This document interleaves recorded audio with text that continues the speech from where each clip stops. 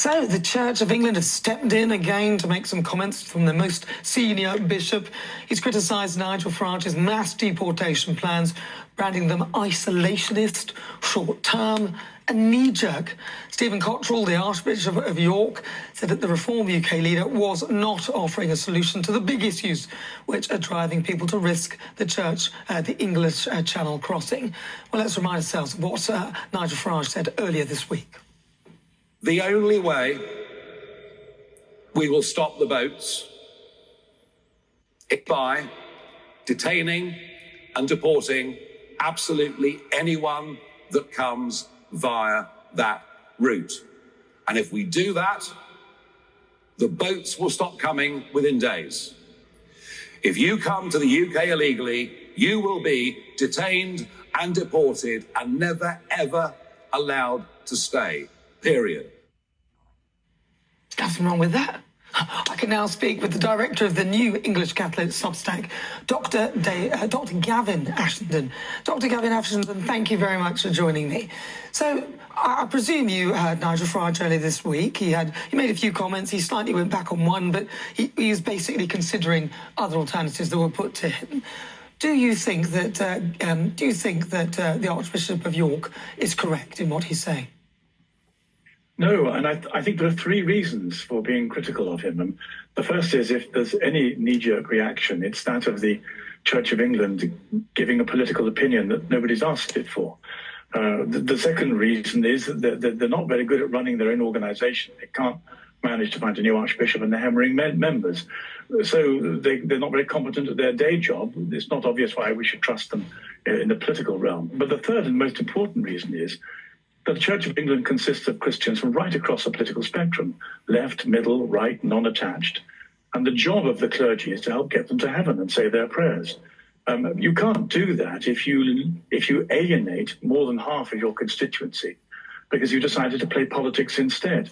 So I think only in the very rarest of occasions should churchmen speak out in the political forum, because the moment they do it, it disenfranchises them from the job that they joined up to do, which is to look after the whole people of God. So, but then there's the last reason of all. I said three, but there's a final consideration, which is Nigel in the political realm? Does what Nigel Farage says makes any sense? We know that nothing has worked so far. At the very least, he should be given the opportunity of saying this hypothetically will work. Speaking personally, I think it's a no-brainer. Of course it will work. That we know why they're coming, we know how they're coming, we know what would disincentivize them. It's very rude to call Nigel Farage a knee-jerk politician, and it really doesn't reflect very well on the Archbishop of York at all. You see, this is the thing, though. The Church's kind of mandate, though, part of it is to look after the desperate, the sick, the needy. So if someone's seeking refuge from persecution, so he would probably argue, Steve Cottrell would argue, that actually what he's getting involved in is helping the sick, the needy, those who are less able to look after themselves, which is part of the job of the Church, surely. Yes, it certainly is. And we're in a period of economic and social breakdown. There are plenty of sick and needy on the streets of Great Britain. There's an enormous social problem that we face. And they're absolutely fine if the Church of England decided to spend its £10 billion in looking after the people on the streets who can't pay their bills and actually have suffered at the hands of this flood of immigration, which has made demands on the public purse that can't be met. Sure, by all means, but look after the people on their doorstep at first. It's ludicrous to think that they have responsibility to people who live overseas at the expense of the people who belong to their community. Well, I mean, it's interesting that Steve Cottrell should come up with that because, as you say, the Church of England is extremely wealthy. I mean, it's not poor at all by any means. It has multiple buildings, many of which stay quite empty for quite some time. You'd think that perhaps he could offer a suggestion that maybe he could get the Church of England to house some of these migrants temporarily.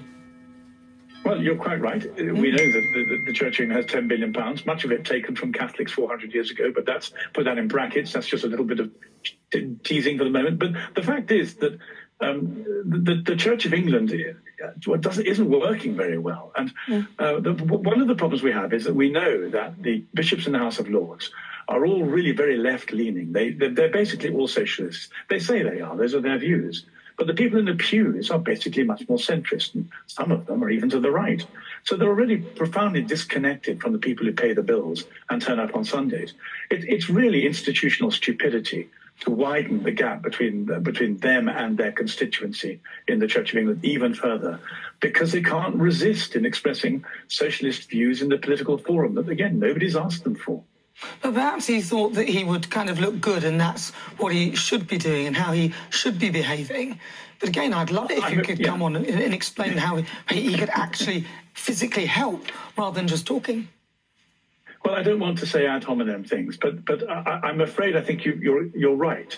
I think in the mind of the Archbishop of York, he can only see the world through political socialist eyes. We know that because that's the way he speaks all the time. And therefore, in his own eyes, he's really quite a good chap, saying very virtuous things. It's just they're socialist political virtuous things. They're not Christian virtuous things. They're not even very sensible virtuous things. So, yes, you're right. In the echo chamber of his own head, he's a good man doing the right kind of things. It's just the rest of us are telling him to knock it off. I'm glad you put it like that. Dr. Gavin Ashenden, thank you very much. He's the director of the New English Catholic Substack. 13 minutes after 3 o'clock.